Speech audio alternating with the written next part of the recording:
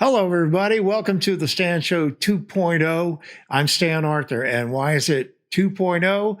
Because of our brand new recording studio, Mountain View Recording in Western North Carolina. I have an open invitation to anybody in Western North Carolina who wants to travel here and be my guest on the Stan Show 2.0. We can talk about your politics, your religion, your art, your music, your proclivities, whatever you want to talk about.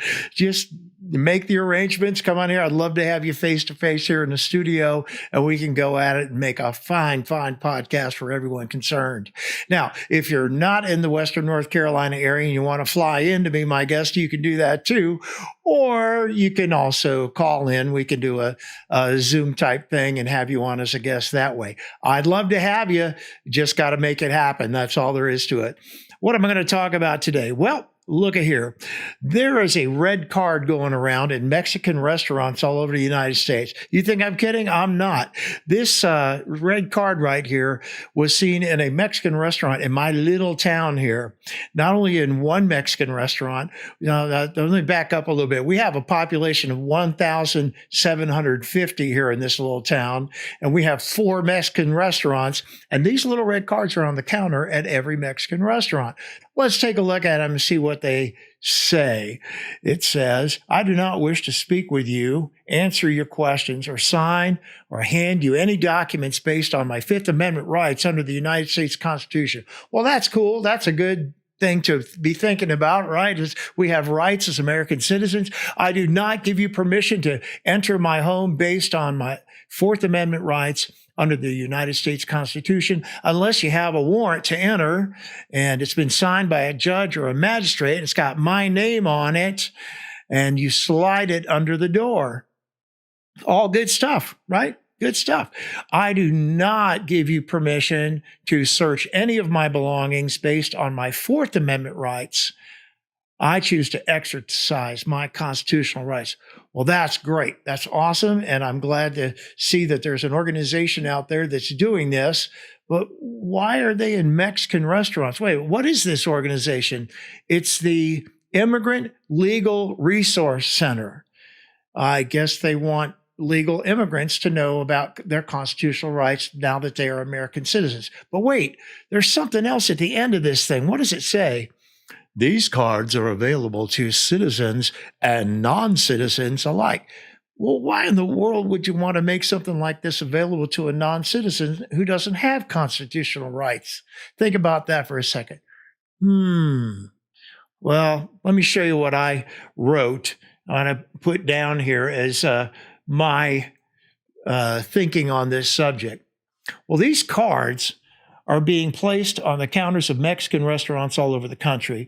They are being placed there by the Immigrant Legal Resource Center, a nonprofit NGO, that is a non-government organization that seeks to misinform illegal aliens about rights that they don't have, as they are not covered under the Constitution of the United States. The ILRC is encouraging non-citizen immigrants to break the law in the desperate hope, of course, that they will be allowed to remain in the United States and become Democrat voters without being U.S. citizens.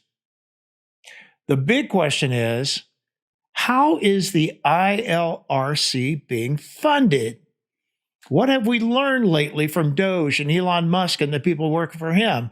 Well, my intuition and experience tells me that it's your American tax dollars paying for these little red cards on the counters of Mexican restaurants. They are seeking to misinform illegal aliens and make them feel that they are covered under the Constitution of the United States for some reason. I'd like to know what your thoughts are on that. And maybe somebody out there is an expert in this field and could maybe, I don't know, look it up and see what's going on there. And leave it in the comments. Let us all know what's happening with the Immigrant Legal Resource Center, one of these NGOs, nonprofits. How are they funded? Well, we need to figure that out. We absolutely need to figure that out. So much good stuff has been going on. Since Trump has regained the presidency, it's Trump 2.0, and no one could be more excited about it than I am, because a lot of good things could happen within the next 4 years, as long as that man is still drawing breath, and we pray and hope that he continues to do that. Well, why else am I here today? Well, I have another little Twitter post, little X post I want to share with you about this man right here. This man is named Lowell H. Lytle, and he is 93 years old today, February 17th, 2025. And this is a very, very special man to me. He is, you can see he's convalescing right now. He's recovering from I'll tell you what, let me just read to you what I wrote to him, my dedication to him today on the occasion of his 93rd birthday. My greatest mentor in life, Lowell Lytle, is 93 years old today.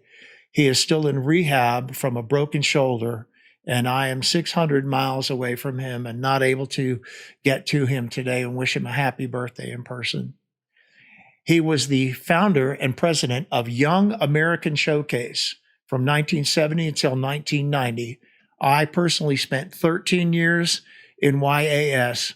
I was an entertainer and a motivational speaker, traveling all over North America, talking to and performing in front of secondary school students.